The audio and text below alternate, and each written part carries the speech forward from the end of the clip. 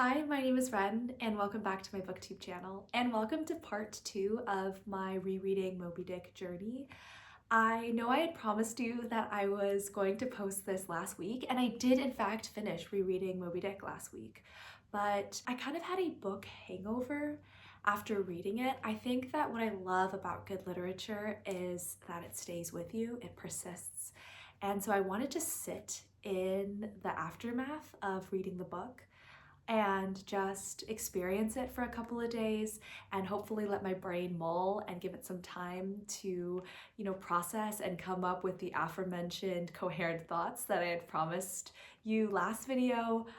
They have not yet formulated, but I did want to just share my stream of consciousness thoughts post rereading Moby-Dick. Happy Thanksgiving for those that celebrated, and happy holidays. Now it's December, one of my favorite months of the year, and I just hope you have a great month with rest and brightness and joy with you and your loved ones. So without further ado, let's jump into the second half of Moby-Dick. Also, I want to say that I'm gonna give a spoiler-free wrap-up of Moby-Dick as much as I can. I know that some people in my last video had commented that they hadn't read Moby-Dick or that they wanted to read it, and that just gave me so much joy. And so I just want to make sure that for those who haven't read it yet, that this is as spoiler-free as I can make it. But I will just generally be talking about themes. So things that I don't think will take away from your reading of Moby-Dick for the first time, in fact, perhaps would hopefully enhance it, and things that you can be thinking of as you are reading it. In my brain, Moby-Dick is kind of divided into 3 parts. The first part is Ishmael embarking on a whaling voyage. I had mentioned a lot about that in the previous video, and the first third of the book is very much through his eyes. So the focalization is very much first-person narration and everything that Ishmael as a narrator and as the protagonist is experiencing. The second third of the book kind of shifts more to Ishmael talking directly to the reader, but it's specifically about like whales and whaling. So that's the stuff about like cetology, Ishmael, and kind of honestly Melville takes more of a stage here than I do think Ishmael. Ishmael as a character kind of fades into the background, and Melville through Ishmael as a narrator kind of steps to the foreground. And this is where you get chapters that are dedicated to specific whaling implements, specific whale facts, and so it's a lot more encyclopedic. The problem is that you aren't exactly sure how scientifically accurate all the stuff is, but vibes, I think. I've heard the saying that like fiction is more truth than fact, and I think that for this second third of the book, that is definitely true. And then the last third of the book is more about like Ahab's literal life mission to kill this one whale and going to truly the ends of the earth, or like the South China Sea, in order to do so. And I think it's apt that the first edition of Moby-Dick, when it was just published under like the title of The Whale, in London in 1851, Moby-Dick was published in 3 parts. It's almost like there are 3 movements to Moby-Dick, and the publishing medium, I think, reflected that. I want to speak a little bit more to the 2 narratives in the story, both in harmony and in conflict. So one of the narratives, as I mentioned, is Ishmael going on this whaling voyage, and the other narrative is Ahab's journey toward encountering and killing Moby-Dick. I think it is not only the characters and the motives that are distinct, but it's also the way that the story is written is distinct. So Ishmael is a narrator that is prone to digression. So as he's telling you something about his journey, he will dip into other stories or facts. His narrative foregrounds the fact that Ishmael believes that meaning is something that can be co-created with both himself and the reader. So he's really conscious while he's storytelling to pull the reader alongside him and into the narrative with him.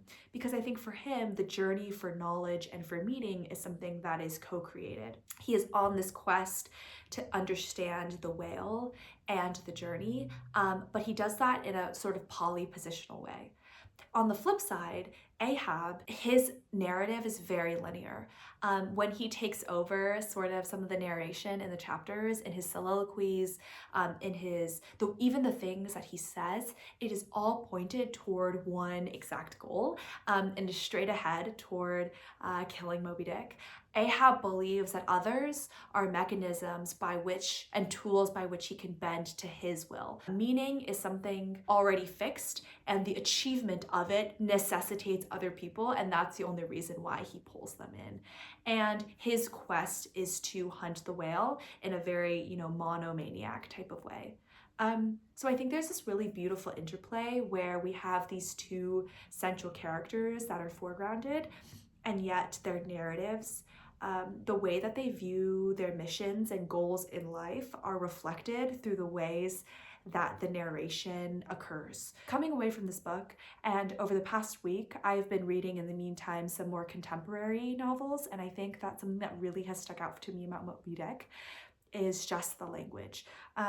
Scholars Bryant and Springer write about Moby-Dick. Above all, Moby-Dick is language. Nautical, biblical, Homeric, Shakespearean, Miltonic, setological, alliterative, fanciful, colloquial, archaic, and unceasingly elusive.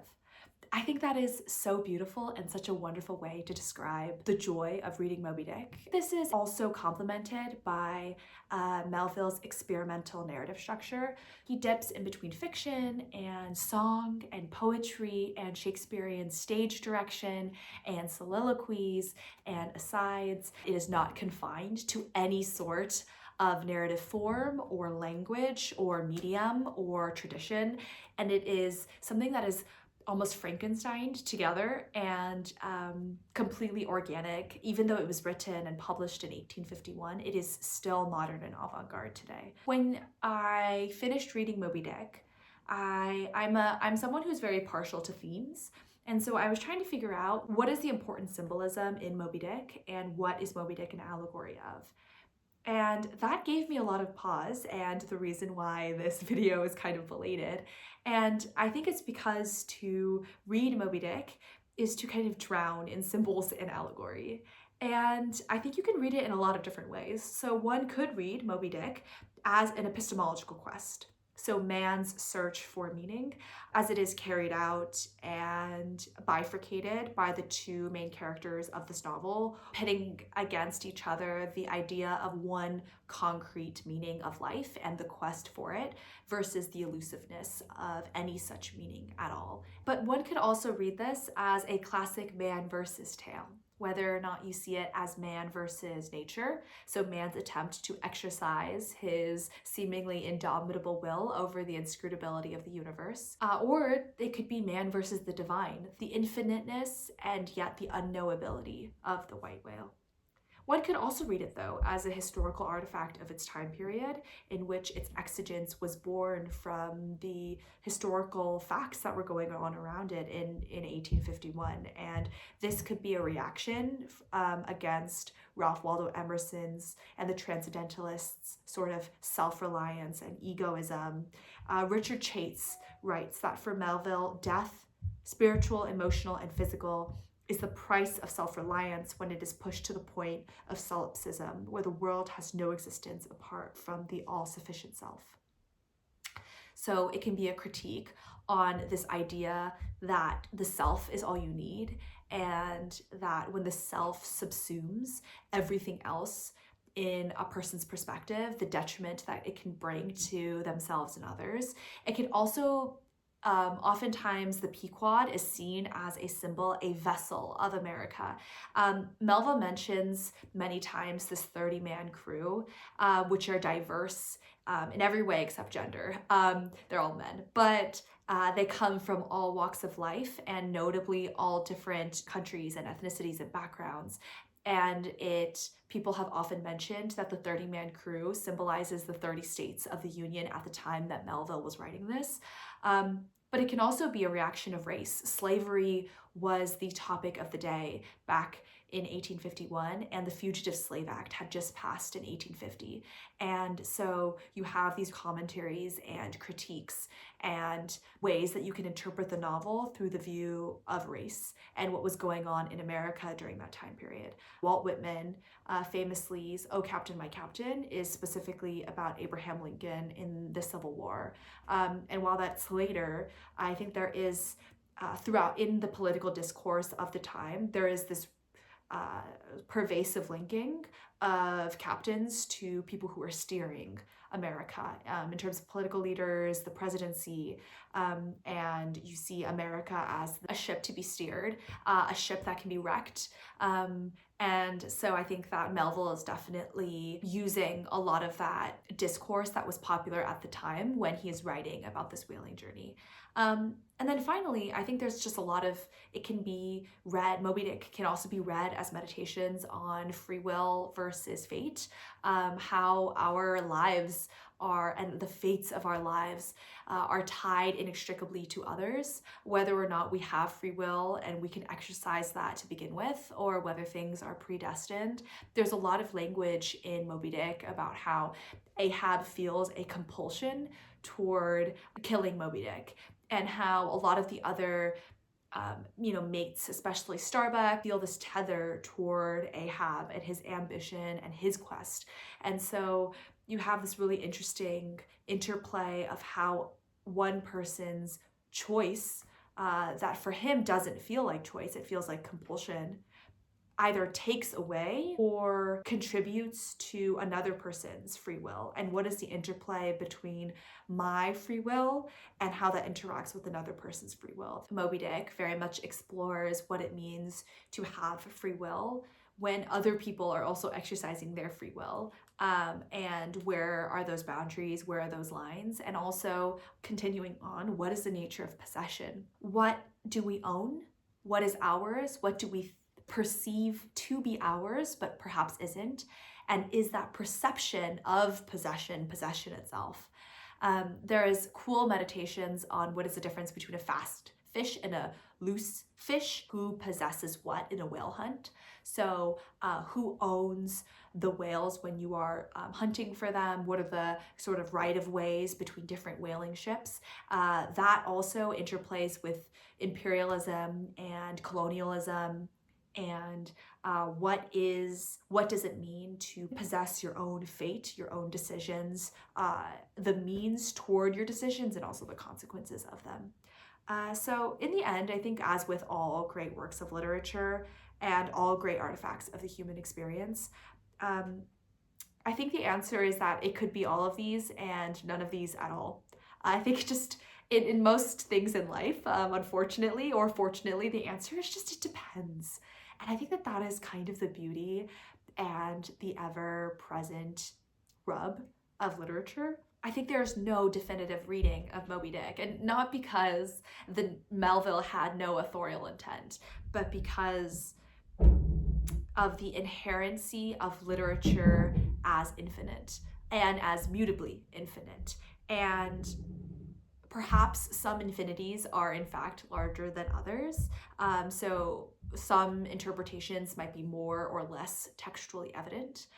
But I think in the end, it really all boils down to what you as a reader take out of the book and how that changes over time. To read Moby-Dick is to go on a journey with characters that you fall in love with and hate and are confused by and understand.